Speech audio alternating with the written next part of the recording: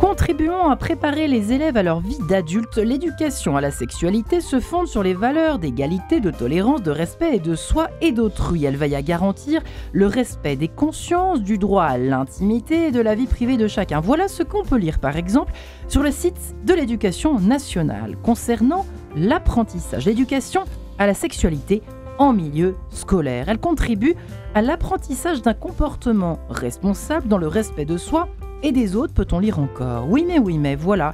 Qu'est-il enseigné précisément dans ces cours? Est-ce à l'école tout simplement d'enseigner l'éducation sexuelle? Eh bien, je vous propose de soumettre cette question à nos 3 invités du jour dans cette émission Quai de Sens sur Radio Notre-Dame et RCF. Et j'ai la grande joie de recevoir pour commencer Raphaël Defoucauld. Bonjour Raphaël. Bonjour Marie-Ange. Bienvenue dans cette émission. Vous êtes toujours thérapeute de couple, sexothérapeute. Vous avez créé des tas d'outils pour les couples, dont les fameuses 2 minutes de bonheur, mais pas seulement. Vous animez également le podcast Bulle de bonheur. Et vous pilotez des masterclass pour mieux s'aimer avec un grand A majuscule. Nous sommes également en compagnie de Guillaume de Brébisson. Bonjour Guillaume. Bonjour Marie-Ange. Ravi de vous recevoir. Vous êtes vous aussi thérapeute de couple. Vous avez écrit S'expanouir. Vous avez aussi écrit, et c'est avec ce livre que vous êtes venu aujourd'hui, Lettre à mon fils au sujet de l'amour du couple et de la sexualité. On est bien dans le thème. Aux éditions First. Et enfin, nous sommes en ligne avec Sophie Audugé. Bonjour Sophie. Bonjour à tous. Vous êtes déléguée générale de SOS Éducation. Vous avez publié l'éducation sexuelle à l'école, les nouvelles orientations de l'éducation nationale en question chez Artege. Et je commence par vous, Sophie Audugé. Votre introduction fait peur. Voilà ce qu'on peut lire. Une grand-mère, écrivez-vous, appelle SOS Éducation. Elle est sous le choc. Elle vient de récupérer son petit-fils à la sortie de l'école. Il est très perturbé et lui parle d'un moulage fait en classe d'un zizi de fille avec le kit au truc. L'enfant est en grande section de maternelle. Une association est intervenue dans sa classe, sans la présence rassurante de la maîtresse ou de tout autre personnel éducatif d'ailleurs. Des enfants de 5 ans, livrés à eux-mêmes face à des inconnus qui leur ont parlé de sexe, de clitoris surtout, car après tout, il n'y a pas que le sexe des garçons. Ah ah, égalité, égalité. Sophie Audugé, il y a feu en la demeure. Que se passe-t-il en France, Sophie Audugé? Pourquoi ce livre? Alors, merci beaucoup. C'est vrai que c'est ce que vous évoquez. J'ai souhaité commencer le livre par cette, entre guillemets, anecdote, parce qu'à l'époque, on n'a pas pris la mesure de la situation. Et comme je l'ai écrit, on pensait que c'était un cas particulier. Voilà, un mauvais intervenant dans une école qui n'avait pas été assez vigilante face à des enfants, voilà, mais que ça s'arrêterait là. Le problème, c'est que passé 2013, puis 2014 et 2017, on a vu de plus en plus de situations de cette nature-là, c'est-à-dire, pour faire simple et peut-être être un peu plus global, des propos à caractère sexuel tenus à des enfants prépubères dans le cadre de la classe, c'est-à-dire dans un environnement qui normalement est destiné au savoir, des informations de nature sexuelle données à des enfants qui ne peuvent pas s'y soustraire par des personnes des personnes adultes ayant autorité sur eux, une autorité d'abord parce que ce sont des adultes, et puis une autorité qui est celle portée par l'institution qu'ils représentent quand ils interviennent dans une classe au titre d'un enseignement obligatoire. Oui. Et à ce titre-là, si vous voulez, plusieurs professionnels de la médecine ont reçu dans leur cabinet des enfants qui étaient très perturbés, c'est-à-dire qui avaient des signes que l'on nomme dans ce métier-là, je pense que les collègues qui sont présents pourront le confirmer, des signes post-traumatiques. Et donc, il y a un premier ouvrage qui est sorti, qui a été publié par le REPPEA, dont Maurice Berger, qui est co-auteur avec moi de ce livre, est vice-président, qui avait alerté déjà en 2017. Ils avaient essayé de mobiliser les pouvoirs publics, et notamment le ministre de l'Éducation nationale de l'époque, en disant « Attention, là, il se passe quelque chose qui est très grave. On ne parle pas du registre sexuel des enfants prépubères pour plein de raisons liées à leur développement, et en premier duquel, c'est qu'il y a un risque d'entraver ce développement et donc de faire finalement plus de mal que de bien, même sur le registre de leur sexualité plus tard, quand ils seront des adolescents, des jeunes adultes, et puis ensuite des adultes et potentiellement des parents. » Voilà, donc c'est ce qui nous a vraiment conduit à dire non, là, malgré ces alertes, personne n'a bougé. Et puis des situations de cas, vous l'avez dit aussi, il y en a beaucoup dans le livre, elles sont toutes publiées sur SOS Éducation. On a 50 cas typiques qui sont de situations de dérive de ces séances. Et donc nous, on rappelle une chose très simple, c'est que l'éducation à la sexualité, c'est l'affaire de parents des parents pour les enfants prépubères. À l'adolescence, c'est différent. On aura l'occasion d'en reparler. On a un chapitre dédié à l'adolescence et aux risques, justement, de la pornographie, notamment pour cette génération-là. Mais on est très clair. On n'éduque pas à la sexualité. On informe sur la sexualité. Et ça, je pense que tous les médecins sérieux, sans conflit d'intérêt, s'accordent là-dessus avec nous. Et on n'intervient pas sur le registre de la sexualité adulte auprès d'enfants prépubères parce qu'ils ont une vision fantasmatique qu'on se doit de préserver. Alors merci Sophie Dugé pour cette introduction. Raphaël de Foucault, est-ce que cet exemple, cette anecdote par laquelle j'entame cette émission vous surprend, vous affole, qu'est-ce que ça vous... J'imagine que bien sûr ça existe, faut pas le nier. Mais moi qui suis intervenue pendant plus de 15 ans dans les écoles pour parler affectivité, sexualité, que ça soit avec des enfants prépubères, notamment. Moi, ce qui m'a toujours frappée, c'est que quand je pose la question aux enfants, qui a entendu parler de ces sujets-là à la maison, s'il y en a 3 qui lèvent le doigt, c'est le bout du monde. Donc, en fait, les parents, alors ça se pourrait être tout à fait un autre sujet, ont du mal avec ce sujet-là. Ils ont du mal à en parler. Ça, c'est une première chose. La deuxième chose, c'est que moi, je trouve que l'éducation à la sexualité, j'aime pas trop ce mot-là, en fait. Parce que la sexualité, il ne faut pas la réduire à la génitalité. La sexualité, c'est bien plus que ça. La sexualité, c'est une relation, c'est être avec quelqu'un, c'est de la tendresse, c'est des mots doux, ce sont des gestes, c'est du respect, c'est du consentement. En fait, c'est tous ces gestes-là.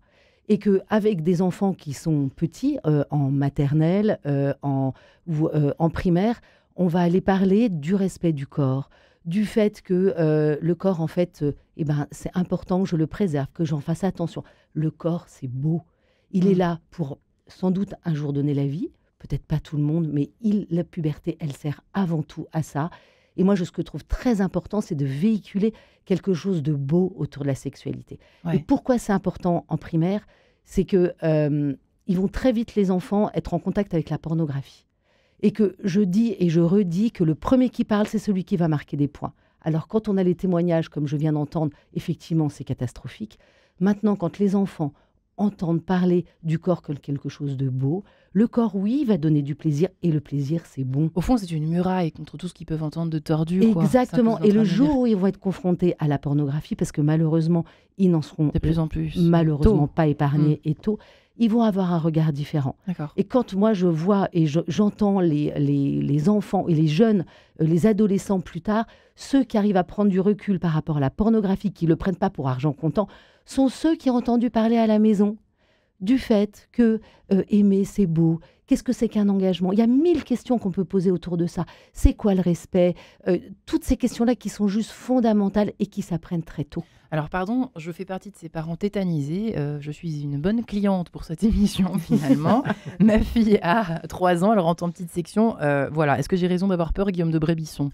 Je ne sais pas si vous avez raison d'avoir peur, mais parce que je ne sais pas ce qui se pratique dans l'école où vous mettez votre petite fille. Bon, tout va bien dans cette école-là, a priori. Mais bon, voilà, je parle pour les autres. Je suis complètement d'accord avec vous trois sur le fait que le témoignage que vous avez cité en entrée d'émission est absolument terrifiant.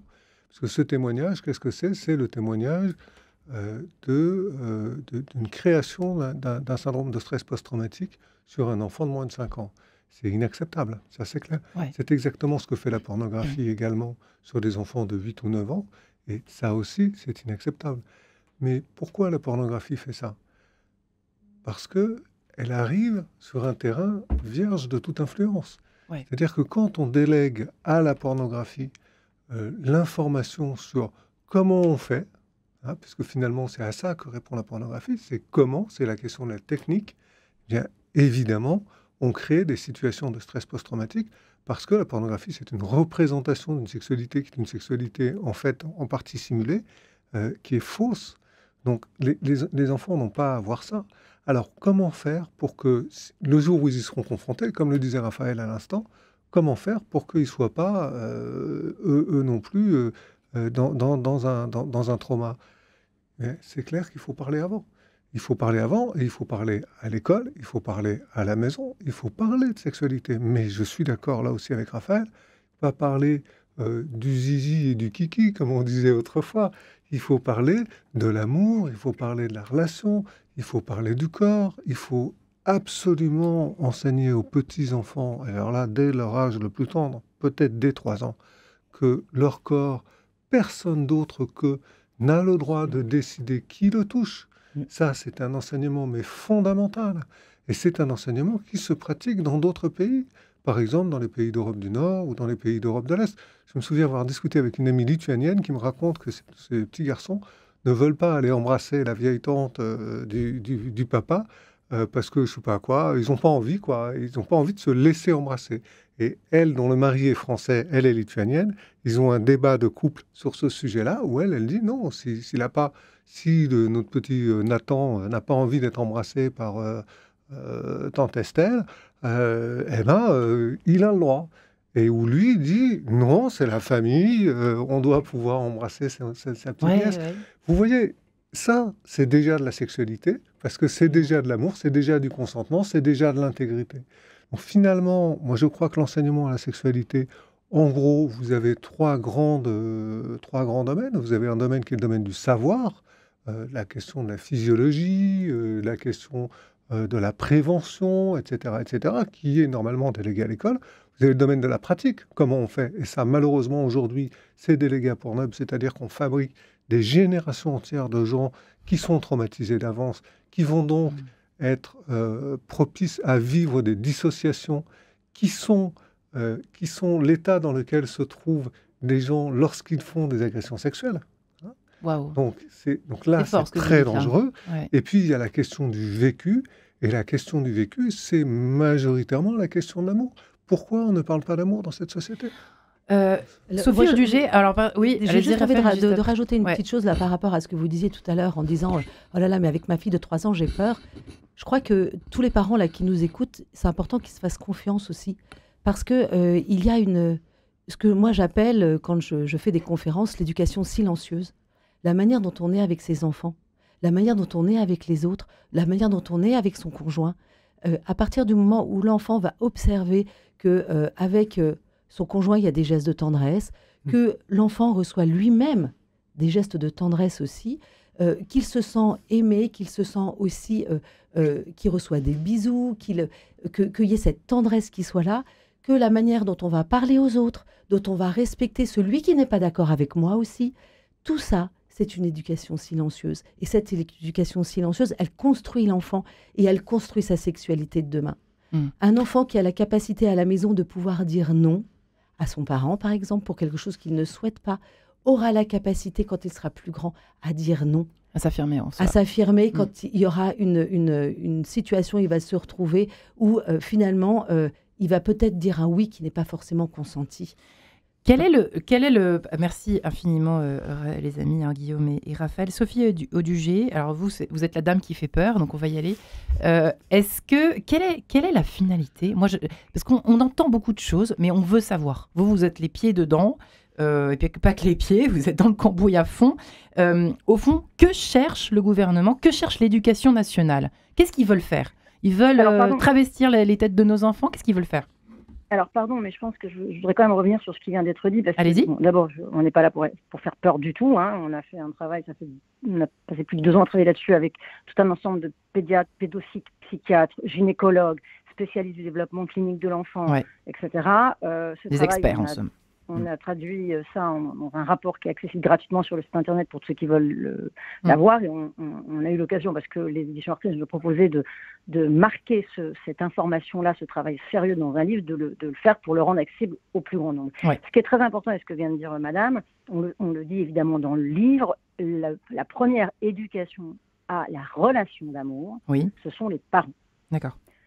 C'est le déploiement en œuvre par ce qui se fait à la maison et ce qui est instillé à la maison. C'est-à-dire quand à la maison, on met en place la première protection à l'inceste, c'est-à-dire il n'y a pas de sexualité à la maison.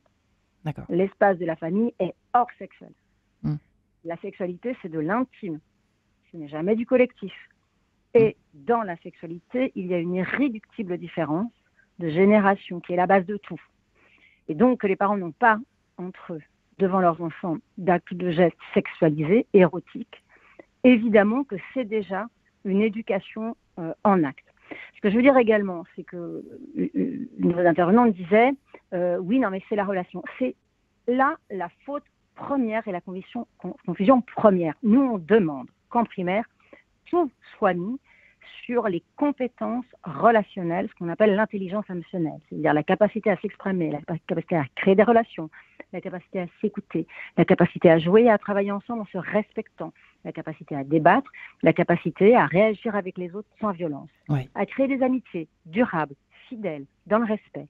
Mais le fait de faire croire que ces compétences-là, qui sont des compétences relationnelles, seraient liées exclusivement au registre de la sexualité dans le cadre d'un enseignement qui fait partie, je le rappelle, parce que nous, si vous voulez, on n'est pas sur un rapport, je veux dire, même de morale. On est vraiment sur la science. C'est-à-dire que ces séances, elles interviennent dans un texte de loi qui s'appelle Éducation à la sexualité, qu'on le veuille ou non. Donc, c'est pour ça qu'on demande de sortir de cette loi et de faire un développement des compétences relationnelles des enfants dès la maternelle, eu égard à l'immense violence qui est actuellement présente à tous les niveaux de classe et de plus en plus jeune. Vous savez aussi bien que moi, malheureusement. Donc, si maintenant on revient à la question de l'éducation et des questions que posent les enfants qui ne sont pas du registre de la sexualité, il faut bien rappeler qu'avant l'âge de la puberté, les enfants sont animés par ce qu'on appelle l'énigme de la vie. C'est une pulsion de savoir qui n'a rien à voir avec la sexualité. Tous les pédiatres, les médecins, les pédopsychiatres le disent, le confirment, etc. C'était mal compris, mais c'est pas de la sexualité, c'est de la sensorialité et de l'énigme de savoir de son origine, de comprendre ce que c'est qu'un couple, de comprendre comment fonctionne papa et maman quand ils ferment la chambre, c'est-à-dire ces amoureux pas comme les autres. Et comme le rappelle un pédopsychiatre émérite, qui est M. Rossignol, si je n'écorche pas son nom, quand le petit garçon veut épouser sa maman, faire couple avec sa maman, ou la petite fille épouser son papa, elle ne veut pas être pénétrée par son papa, et le petit garçon ne veut pas pénétrer sa maman. Il n'y a rien d'érotique là-dedans. Il y a quelque chose qui relève d'un sentiment d'affection très fort, très puissant, et qui recherche cette connivence qu'il perçoit justement dans ses parents quand il les voit ensemble, être heureux ensemble et vivre cette relation ensemble qui l'intrigue beaucoup. Mais passer la puberté, c'est différent. Le cas de la pornographie est quand même assez particulier. Je voudrais revenir. Il faut quand même rappeler que la première chose à faire, c'est d'agir pour que l'État fasse respecter l'interdiction du porno à des enfants. Ce n'est pas normal qu'un enfant soit en contact avec du porno accidentellement en moyenne à 9 ans. Ce n'est pas normal. Non, c'est pas normal. On ne va pas préparer un enfant à ça pour une raison très simple, c'est que vous ne serez jamais assez trash. Le principe du porno, c'est un principe d'apprentissage.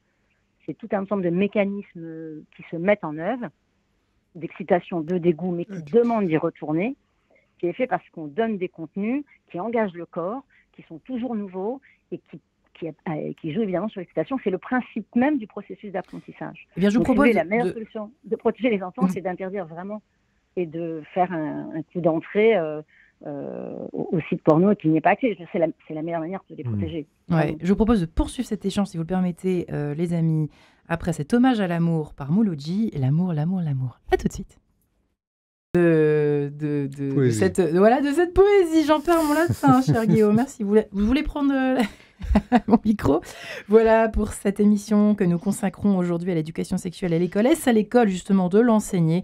Réponse avec nos 3 invités du jour, qui sont Sophie Audugé, déléguée générale d'SOS Éducation, qui a coécrit avec Maurice Berger l'éducation sexuelle à l'école, les nouvelles orientations de l'éducation nationale en question chez Artege.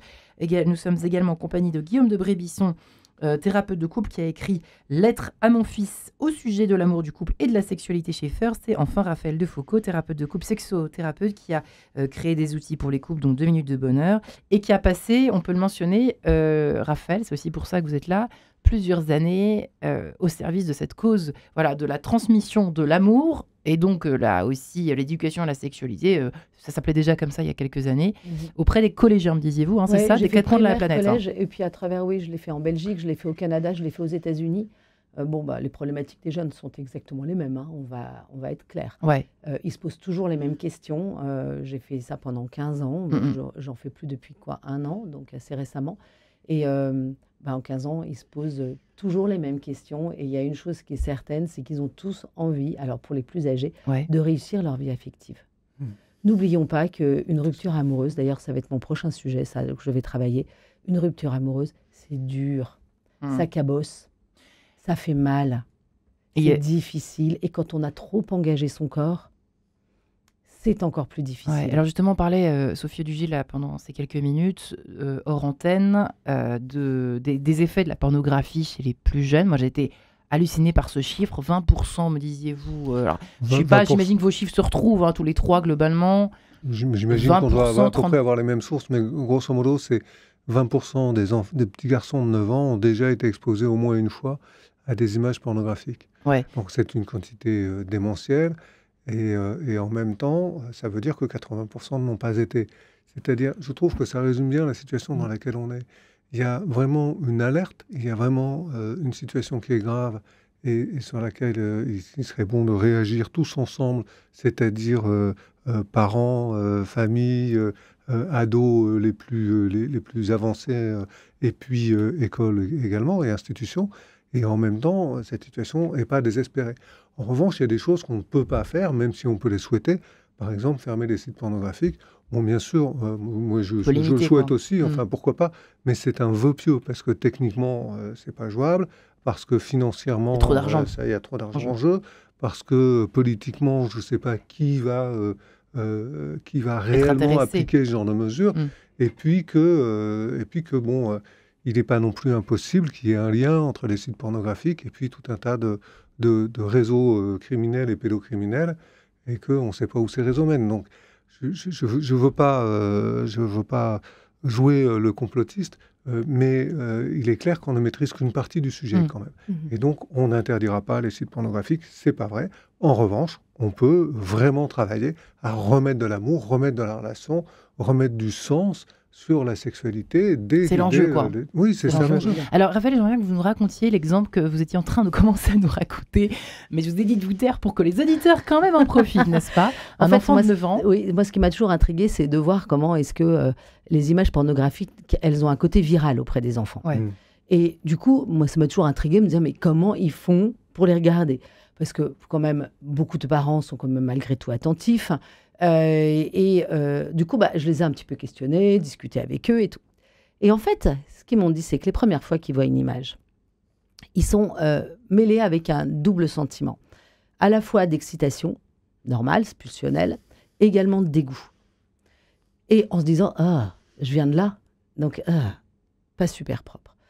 Et du coup, ils se disent, mais en fait, la vérité, elle est où? Je vais parler à un petit copain, puis je dis, tu sais, j'ai vu des images assez marrantes. Écoute, viens, je vais te les montrer, tu vas me dire ce que t'en penses. Et puis, du coup, on emmène son petit copain à la maison, où on trouve les moyens. Aujourd'hui, c'est quand même pas très compliqué. Si on veut trouver des images, on les trouve. Et il lui montre les images. Et qu'est-ce que fait le petit copain? Il ressent la même chose que l'autre, sauf qu'il ne dit pas. Qu'est-ce qu'il fait? Il rit. Et du coup, tout le monde rit. Et alors, l'enfant, qu'est-ce qu'il fait? Il y retourne pour regarder exactement s'il est excité ou dégoûté. Et très souvent, l'excitation remporte sur le dégoût. Et c'est là où viennent s'installer les prémices de l'addiction. D'une prémisse d'addiction. Et j'ai rencontré des jeunes, mais qui étaient vraiment addicts. Et j'aime beaucoup quand tu dis qu'effectivement, quelqu'un qui est vraiment perclus de pornographie ou qui... Je dis très souvent que je reviens sur mon expression, le premier qui parle marque des points. Moi, je dirais que la mémoire d'un enfant, c'est un peu comme de la cire. De la cire, on voit, c'est tout plat, tout beau. Ouais. Quand on va verser un filet d'eau chaude sur cette cire, ça va laisser une empreinte. Le premier qui va parler, il va laisser une empreinte. Et du coup, cette empreinte, en fait, le sillon, il ne peut que se creuser s'il n'a que ça. S'il n'a que la pornographie, qu'est-ce qui se passe? Le sillon se creuse. Si c'est le parent qui va poser cette première empreinte, en parlant justement de la beauté, de combien, je redis ces mots parce que moi j'en suis tellement persuadée et animée par ça, combien le corps est beau, que notre corps il est fait pour le plaisir, il est fait pour aussi donner la vie, il est fait pour être en lien, il est fait pour être en relation, il est fait pour la tendresse. La tendresse, c'est pas une histoire de bébé, c'est une histoire de toute la vie. Ouais. Et du coup, le premier qui va en parler va marquer cette empreinte-là. Ouais. Et cette empreinte-là, elle ne va être que... Le sillon ne sera que creusé par s'émerveiller d'un couple qui se donne la main, s'émerveiller d'un câlin, s'émerveiller de toutes ces choses-là, et sera beaucoup moins attaqué par des images qui vont être pas agréables, ou des exemples dont on a entendu parler, où certains enfants n'ont pas l'espace à la maison pour en parler. Un enfant de grande section qui va modeler un clitoris ou un pénis, c'est juste pas l'endroit. Je suis complètement d'accord. Maintenant, ce qui est important, c'est où est-ce que se crée le trauma. Le trauma, je suis traumatologue aussi, le trauma, il va se créer parce que l'enfant n'a pas pu parler. Donc l'image, elle s'inscrit. L'enfant qui a l'espace de parole à la maison. C'est déjà un bon début, quoi. Enfin, exactement, pour la résilience, pour dire, mais là, ce que j'ai vu, j'ai pas compris, j'ai trouvé ça horrible. Ça me fait penser, tiens, un de mes fils un jour, je rentre, il me dit, maman, j'ai fait quelque chose de très, très, très, très, très grave. Ah, j'ai dit, ah bon, et qu'est-ce qui s'est passé ? Il me dit, j'ai regardé des images sur Internet, c'était juste horrible. Et mon mari lui a parlé, il me dit, bah oui, tu as vu un étal de boucherie, il avait vu effectivement des images pornographiques et ils ont pu en parler. Il n'y aurait pas eu cet espace de parole à la maison. Il avait 11-12 ans. Waouh. Il n'aurait pas eu cet espace de parole à la maison où il n'aurait pas pu venir parler de ce qu'il avait vu, de ce qu'il avait choqué. Là, ça devient traumatique. Et là, il ne l'est plus. Et là, il ne l'est pas.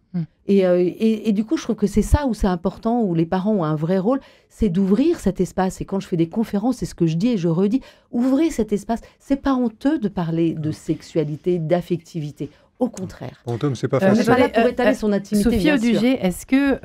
alors, admettons, d'abord, ces réformes, beaucoup de parents se posent des questions. Est-ce que c'est forcément en maternelle ? J'ai essayé de chercher sur le site.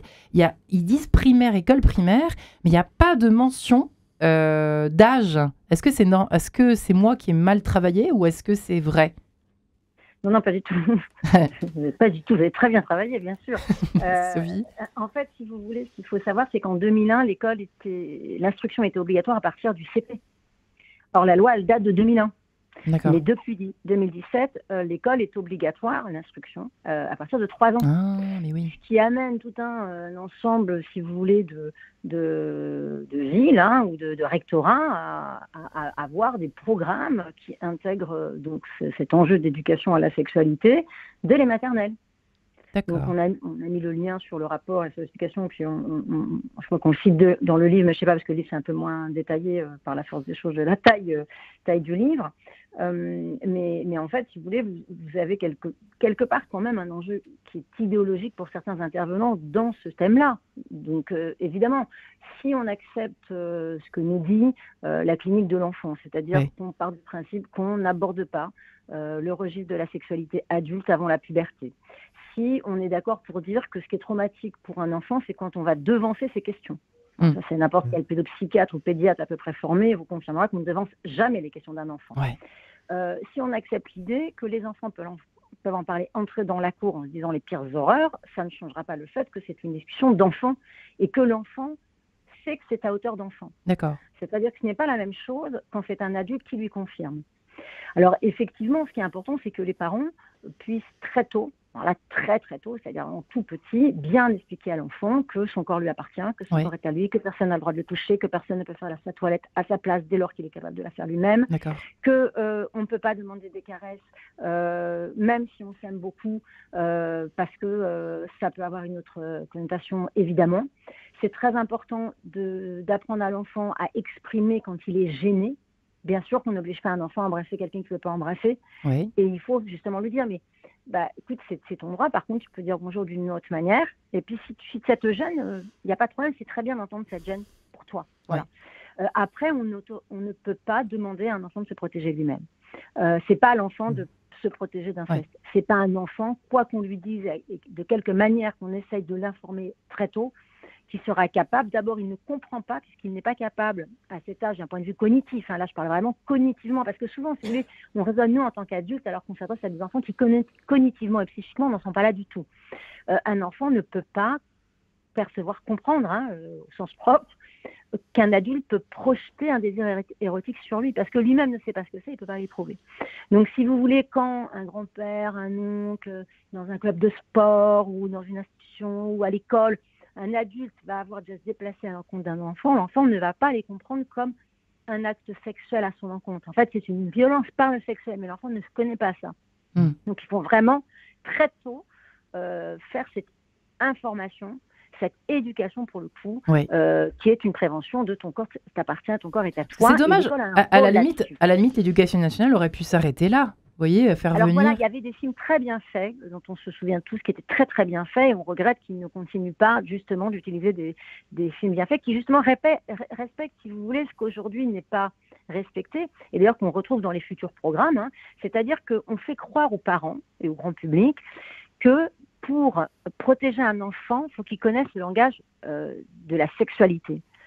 Il n'a pas besoin de connaître les mots du sexe pour révéler un abus. Ça, c'est très important qu'on soit tous conscients de ça. Et je voudrais juste réagir par rapport à ce que disait l'intervenant tout à l'heure. Guillaume, Je ne suis pas d'accord, moi, pour qu'on accepte qu'on ne peut pas empêcher le porno, parce qu'en fait, il y a une loi. Donc, soit cette loi, on fait des lois pour rien, soit on fait des lois pour les appliquer. Ah oui, faire une loi, ça c'est toujours qui... possible, effectivement. Ouais. On fait des lois pour rien. Vous avez un moyen qui est très simple, c'est que vous exigez 100 € de ticket d'entrée, et vous n'aurez pas un parent qui ne se rendra pas compte que son enfant a utilisé sa carte pour faire un paiement de 100 €. Hein. Donc il y a des moyens, il faut de la volonté politique. Alors soit on considère qu'on refuse parce qu'il y a des enjeux financiers trop importants pour les GAFA de protéger les enfants, mais ça c'est un autre sujet, il faut placer le débat à cet endroit-là. De même que pour les abus sexuels, il faut rappeler que les agresseurs ne sont pas condamnés. Seulement 1% des agresseurs d'inceste sont condamnés. En France, ça, c'est une malheureuse réalité, en effet. Little Child, si vous le permettez, les amis, après Little Child de Desri, et on se retrouve après. Quête de censure, Radio Notre-Dame et RCF. Est-ce à l'école d'enseigner l'éducation sexuelle? On en parle avec mes 3 invités du jour, Sophie Audugé et son livre L'éducation sexuelle à l'école, les nouvelles orientations de l'éducation nationale en question chez Artege, qu'elle coécrit avec Maurice Berger. Beaucoup évidemment de témoignages et d'analyses d'experts, évidemment. Sophie Audugé, vous qui êtes déléguée générale, je le rappelle, d'SOS Éducation.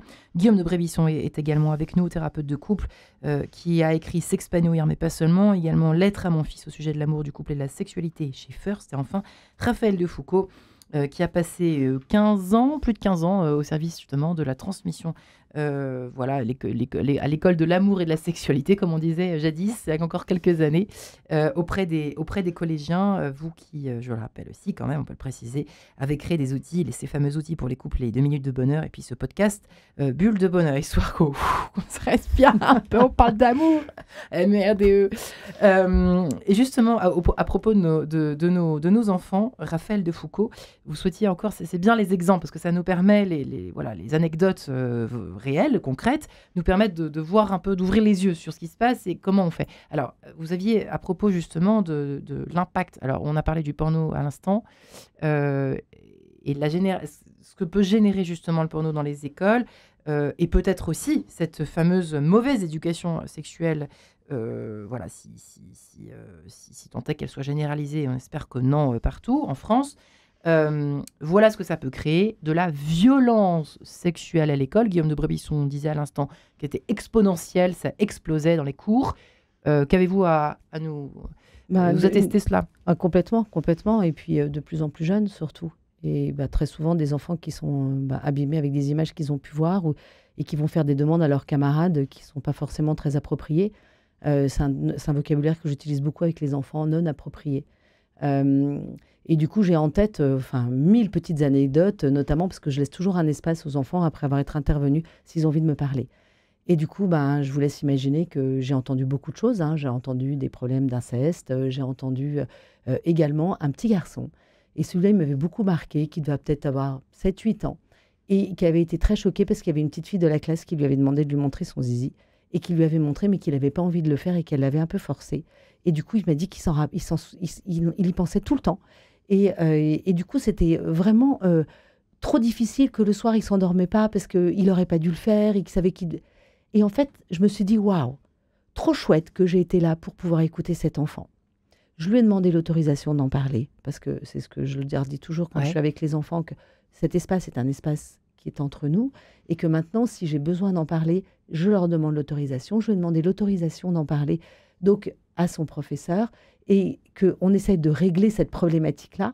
Effectivement, c'est ce qui s'est passé. Cet enfant a pu être accompagné après par rapport à ce qu'il a vécu. Et je me dis, waouh, super. Et là, ça peut être un des moyens justement pour aussi, là je vais dans le sens de parler à l'école justement de tout ça. Ça ouvre un espace de parole où certaines fois, les enfants n'osent pas parler à leur famille. Et c'est bien qu'ils aient un endroit où ils puissent en parler.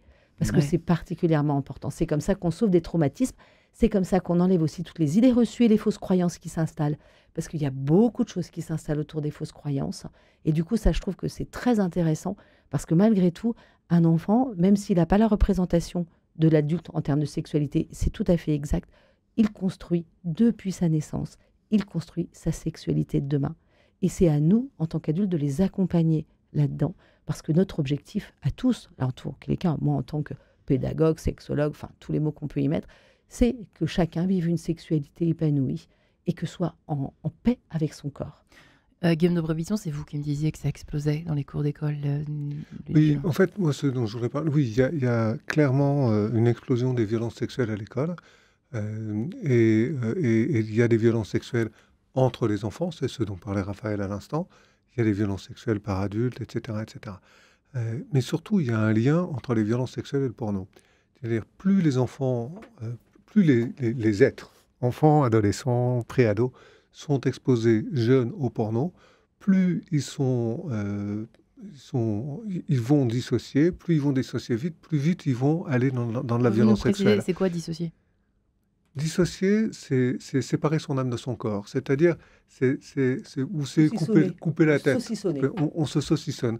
C'est-à-dire qu'on est là sans être là. Donc notre corps vit quelque chose. Par exemple, nos yeux sont exposés à du porno, ou bien notre corps est exposé à un viol. Hein. Et nous, on est absent de cette scène pour pouvoir préserver notre intégrité psychique. C'est un mécanisme de défense de l'organisme qu'on ne peut pas décider, qu'on ne peut pas décider la première fois, et auquel ensuite on peut faire appel autant de fois qu'on veut. Or, c'est assez agréable de dissocier. C'est tout le problème. C'est associé à la dissociation déclenche l'émission d'hormones, et notamment d'endorphines, qui sont des hormones très agréables, puisque c'est de la morphine, donc on plane, on est dans un état qui est finalement pas si mal, et cet état, on cherche à le reproduire, puisque la morphine, l'endorphine, c'est addictif. Donc, lorsqu'on a connu une dissociation, on va souhaiter revenir à la dissociation. Il y a différentes manières de le faire. Il y a une manière passive, c'est s'il m'arrive quelque chose. Donc, si je vais devant trop de porno, il va m'arriver ça. Donc, je suis content d'être dans cet état-là.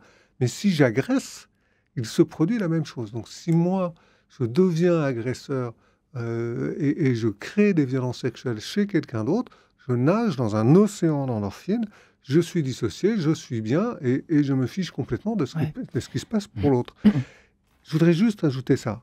Moi, aujourd'hui, en tant que sexothérapeute, je reçois énormément d'hommes et de femmes en difficulté avec leur sexualité. Les hommes qui sont consommateurs de porno sont des hommes qui ont vécu des violences sexuelles quand ils étaient enfants. Tous. Et le porno met en place tous les mécanismes nécessaires aux violences sexuelles. Je ne dis pas ça pour du porno regardé quand on est adulte, mais quand on est dans le cadre de la construction de son identité et de sa sexualité, c'est une tragédie absolue. Et je crois que l'école, et pas seulement l'école et les familles, doivent absolument lutter à tout prix contre les violences sexuelles, au moins contre ça. Ça, c'est, voilà. Là, il y a vraiment un problème. Comme je sais que vous devez nous quitter dans quelques minutes, malheureusement, s'il fallait répondre là maintenant à la question « Est-ce à l'école d'enseigner l'éducation sexuelle ?» Vous avez le droit d'être nuancée, Sophie, allez-y. Non, mais je crois qu'on est très clair là-dessus. Ce n'est pas à l'école d'éduquer à la sexualité parce que l'école n'a pas à éduquer dans un espace, celui du savoir, à des pratiques sexuelles. Donc ça, c'est clair. Après, est-ce que c'est à l'école d'assurer des informations sur la sexualité à partir des enfants prépubères? Oui, puisque les adolescents ne vont pas en parler à leurs parents pour une raison très simple, c'est que c'est un chemin qu'ils doivent construire seuls. Oui. C'est un chemin qui comprend à la fois leur identité sexuée, c'est-à-dire quel homme ou quelle femme je vais être demain, avec toute la variabilité qu'il peut y avoir dans le concept de genre. Et puis après, quelle sera ma sexualité? Est-ce que je serai homosexuel ou hétérosexuel? L'hétérosexualité, c'est la norme statistique bien sûr, mais on sait très bien que les adolescents vont passer par une phase de flou entre 13 et 15 ans, parce que il faut bien avoir en tête que la différence entre l'amour amical, c'est-à-dire l'amitié et l'amour, on va dire d'attirance sexuelle, va s'élaborer cognitivement et psychiquement entre 13 et 14 ans. C'est-à-dire entre 12, 13, 14, 15 ans, c'est très compliqué quand vous avez des amitiés électives très très fortes d'avoir la garantie que vous n'avez pas une attirance homosexuelle. Et souvent, les ados ont des attirances homosexuelles qui sont des amitiés très puissantes et évidemment une affinité élective. Donc ça, c'est important, si vous voulez, qu'on puisse leur en parler pour les aider dans leur chemin, et notamment les jeunes qui découvriront au fil de leur adolescence et quand ils vont grandir plus tard qu'ils ont une orientation homosexuelle, les aider à vivre cette découverte, parce que on sait très bien qu'il y a ce qu'on appelle une homophobie intériorisée, puisque quand on est adolescent, on veut tout simplement être comme les autres.